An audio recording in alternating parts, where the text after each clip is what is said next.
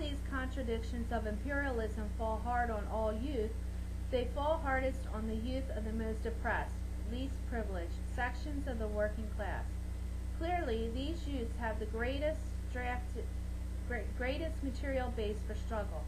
They're the ones who most often get drafted, who get the worst jobs, if they get any, who are the most abused by the various institutions of social control, from the army to decaying schools to the pigs and the courts. And their day-to-day existence indicates a potential for militancy and toughness.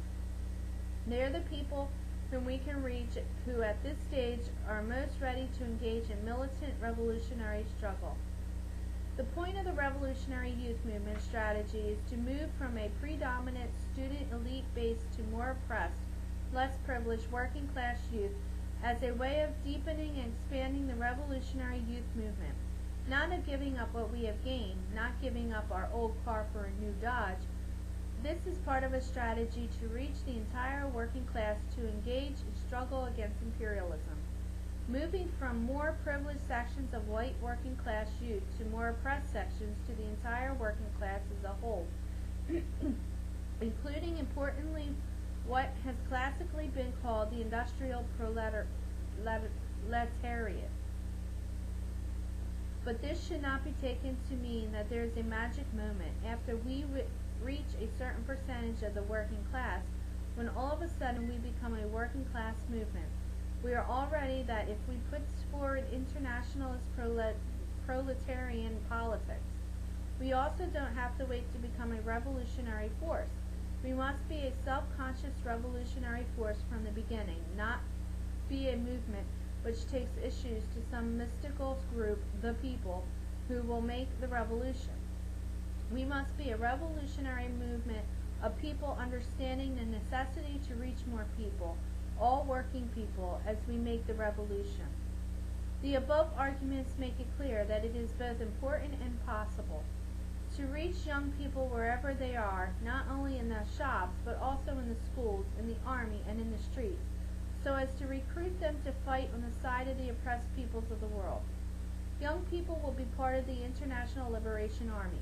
The necessity to build this International Liberation Army in America leads to certain priorities in practice for the revolutionary youth movement, which we should begin to apply this summer. 9. Imperialism is the issue. The communists are distinguished from other working class parties by this only. 1. In the national struggles of the proletariat of different countries, they point out and bring to the front the common interests of the entire proletariat, independently of all nationality. 2.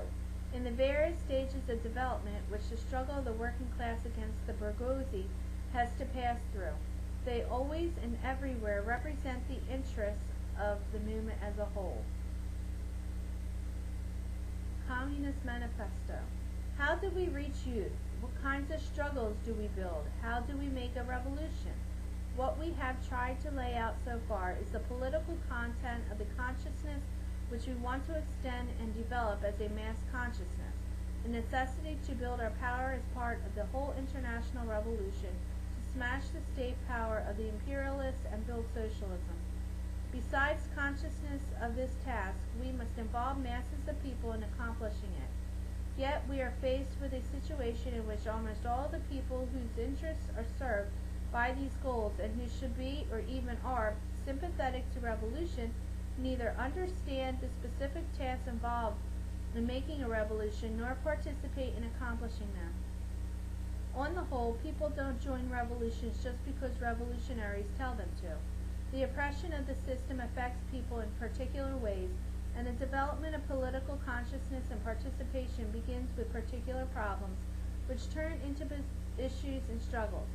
We must transform people's everyday problems and the issues and struggles growing out of them into revolutionary consciousness, active and conscious opposition to racism and imperialism. This is directly counterposed to assuming that struggles around immediate issues will lead naturally over time to struggle against imperialism. It has been argued that since people's oppression is due to imperialism and racism, then any struggle against immediate oppression is objectively anti-imperialist and the development of the fight against imperialism is a succession of fights for reforms. This error is classical economism.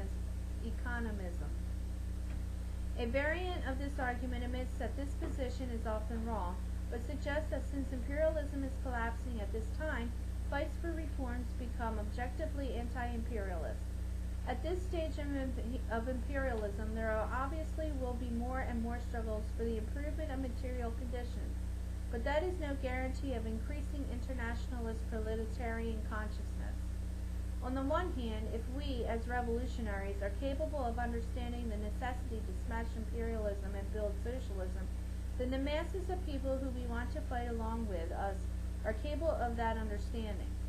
On the other hand, people are brainwashed and at present don't understand it. If revolution is not raised at every opportunity, then how can we expect people to see it in their interest or to undertake the burdens of revolution? We need to make it clear from the very beginning that we are about the revolution. But if we are so careful to avoid the dangers of reformism, how do we relate to particular reform struggles? We have to develop some sense of how to relate each particular issue to the revolution. In every case, our aim is to raise anti-imperialist and anti-racist consciousness and tie the struggles of working-class youth and all working people to the struggles of third-world people, rather than merely joining fights to improve material conditions, even though these fights are certainly justified. This is not to say that we don't take immediate fights seriously or fight hard in them, but that we are always up front with our politics, knowing that people in the course of struggle are open to a class line, ready to move beyond narrow self-interest. It is in this sense that we point out that the particular issue is not the issue, is important insofar as its point to imperialism as an enemy that has to be destroyed. Imperialism is always the issue. Obviously, the issue cannot be a good illustration or a powerful symbol if it is not real to people, if it doesn't relate to concrete oppression that imperialism causes.